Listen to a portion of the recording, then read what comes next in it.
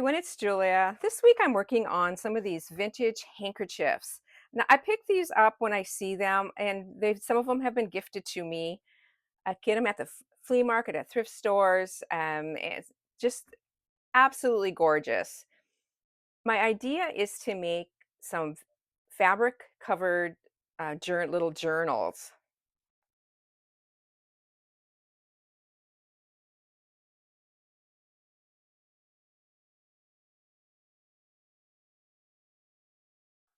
They are a little bit large for a journal, and so what I thought I would do is to turn up the bottom for an inside pocket, keeping that scallop edge as and then it'll be folded. So this will be the size of it. This is very thin, so I will be adding like a fusible fleece. And when I iron on that fleece, I do want it, of course, on the inside of the scallops. And then also I don't want it inside the pocket. I'm going to line these as well. And I'm thinking about using, this is also just a piece of, it's a thrifted curtain, but I like the fabric. It's a linen look maybe, but it has that really cool feel to it. And so that's going to be my first step, is just to get that fleece on here, get my lining cut and serged, and then start putting this together. I did get my fusible fleece cut. I don't have an iron on yet. And then I also cut the lining and I serged it. I want to mention though that you don't have to, if you don't have a serger and you wanted to finish off the edge, I would just turn it under. Just cut it a little bit bigger and turn it under. I happen to have my serger out, which I usually have it put away, but mine was out, so I thought I'm just going to serge these quick. The one thing I don't like about a serger are all these tails, these serger tails. But what I'm going to do on these, sometimes I actually take a needle and thread it back through. But I think on this, I'm just going to clip them and then put a fraying solution or whatever on them. I've got a couple here that I'm going to show you. I use Fray Check a lot. Mine happens to be gone. So, but I also have the Leans fraying, and it just stops and it prevents fabrics and trims from fraying or unraveling. So I'm just going to put a dot on each one of these corners and then just set this aside to dry. And then I'll get this ironed on, and by that time it should be pretty much dry. Normally what I do is just put a dot on it and then just take something and just kind of squeeze it a little bit. So I'm going to go ahead and I'm going to finish all these corners, and then on to ironing this fusible fleece on. I am going to lay a piece of parchment paper over the top of this when I iron.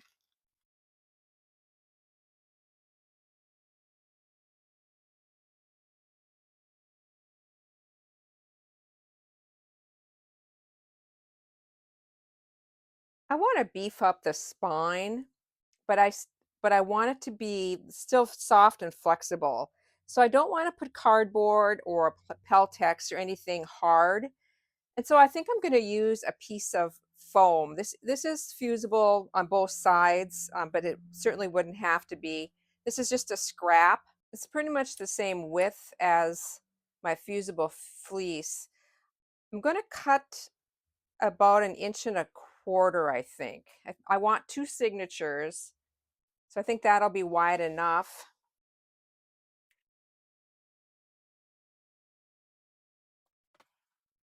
I'm going to cut that down. I'm going to cut this down to 1 inch. Just seems like it's a little bit wide for me.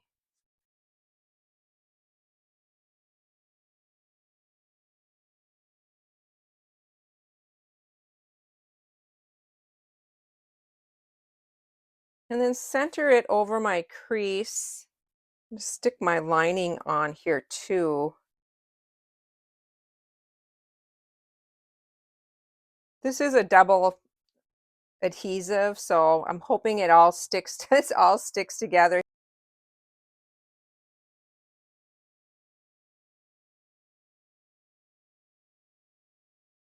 going to take this to my sewing machine now, and I'm going to stitch just on each side of this foam. I am using my zipper foot so I can get really close to it. I'm going to put some diagonal quilting line, and I'm going to just use a water-soluble pen for this. I'm just going to mark my first one. I think I'm going to do the back going the opposite direction. I am going to use my even feed foot or my walking foot. And then it has this little gauge on it as well. And for the first line, I'm just going to put this up. And then I'm going to stitch right on this blue line. And I have my stitch length longer than I would normally sew. I have it at a 3.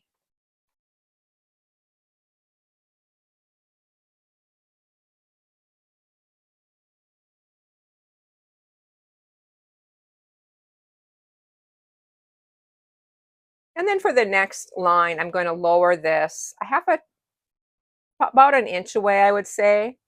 And I'm not going to go through the spine at all.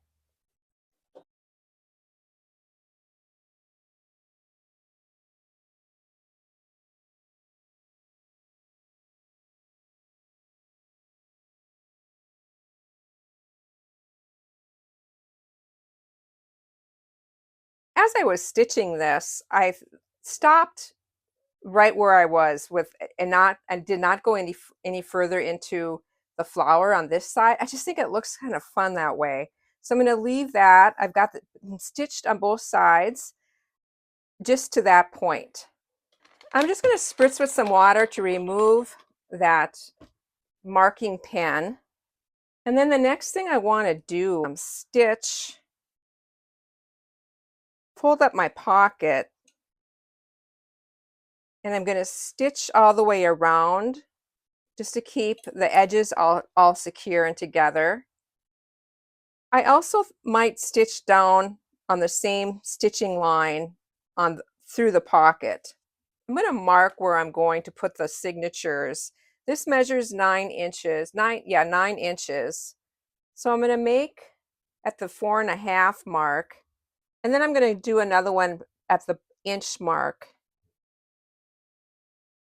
on the top and the bottom.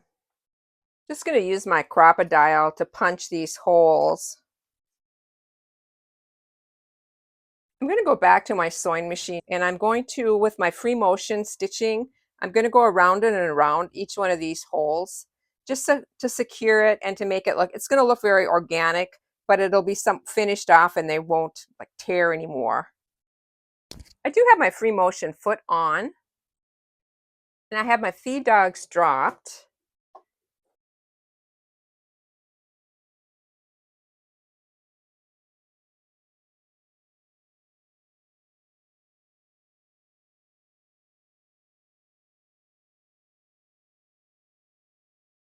Onto the papers.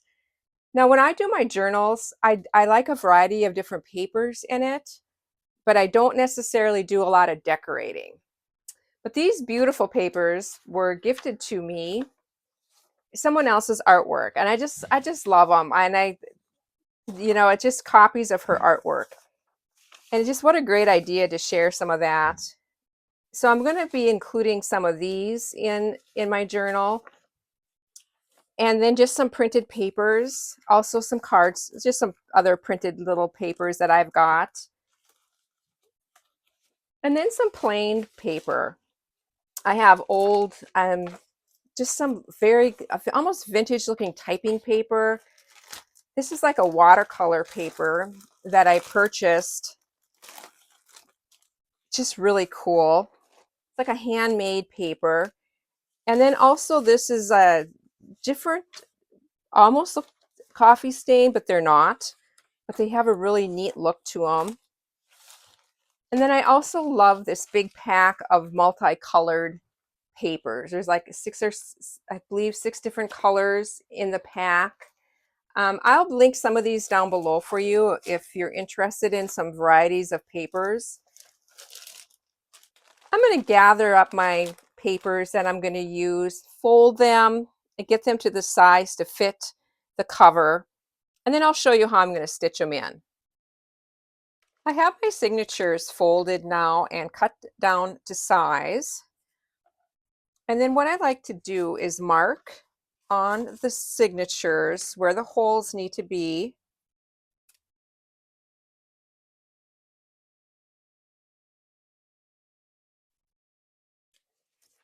Then when my holes are marked, I like to take my booklet and fold it back on itself and crease it, and then add a couple clips to both ends, one on one side and one on the other.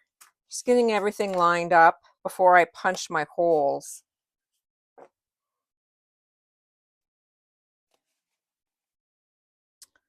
Then I'm going to use my same punch and just punch where I need to here, right in the crease.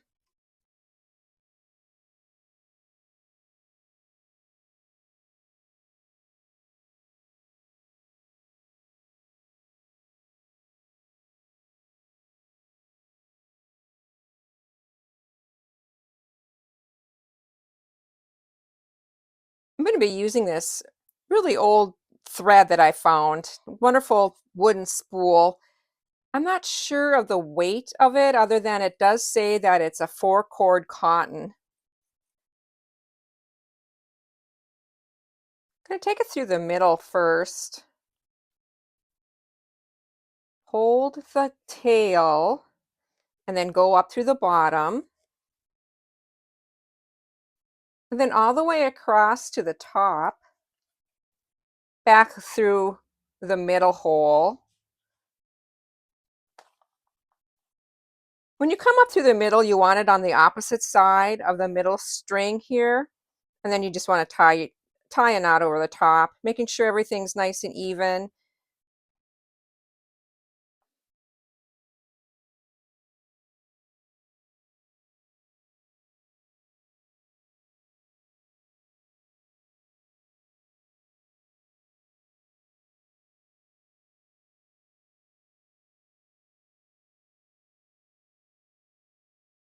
Just give you a quick look at how it turned out. I really think these would make wonderful gifts if you had like handkerchiefs from your aunt or your grandma or your mother. I mean, who wouldn't want something like this as a memory? Hope you enjoyed this, everybody. I'll have some pictures at the end. Bye for now.